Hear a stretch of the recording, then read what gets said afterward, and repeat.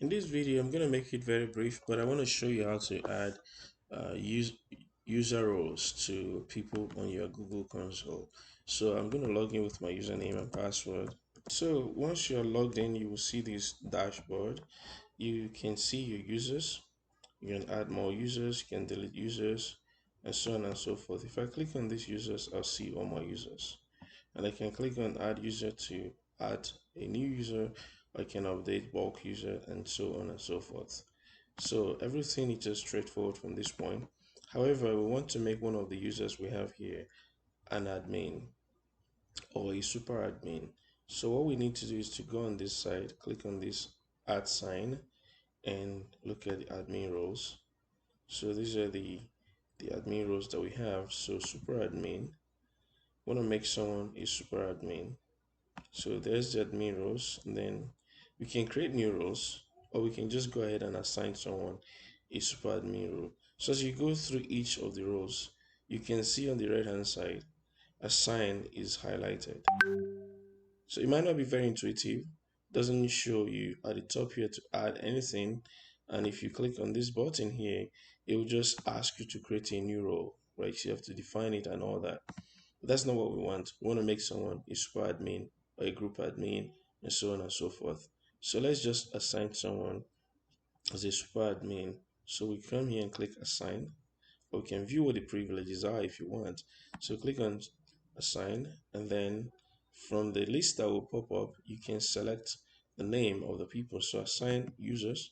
So I'm going to pick a name from the list, and let's just do this, or we can do admissions, can give admissions. Yeah, so these are the ones we selected. We can then assign them admin roles, right? So let's just do admissions for now. And then as we go back to the admin roles, first of all, let's go to admin roles, and let's go to admin roles here. We can pick another role and make it a group admin. Group admin, we can assign to this one. Assign users. There's nobody in the group admin, so let's make the info the group admin, and you can assign that. It's that simple, and then they will assume the roles that are described for that role that you've just created. So let's go back and review. If you look at admin roles, go back and review. We have group admins. We can view their privileges, so they can read organization, organizational units. They can read admin API privileges. They can read users. They can create users. They can read and update. Okay. So let's go and view the people that are there. We have just the info is there, and so on and so forth. Let's look at the super admin who are there. You can see these ones are there, and what are their privileges, and we can see they can create, they can delete, they can update. So you have to be careful who you assign these roles, but you can always go through. So group reader, group editor, and so on and so forth. But these people must exist. The account must exist first.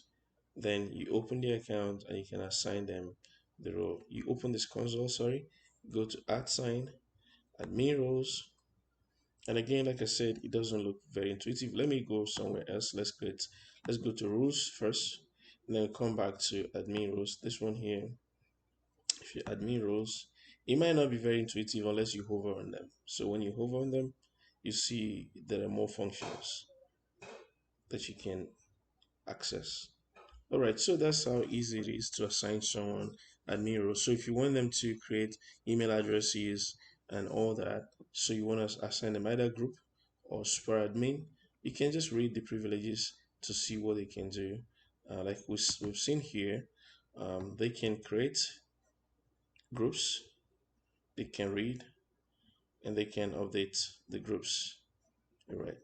So for super admins, privileges, they can do everything.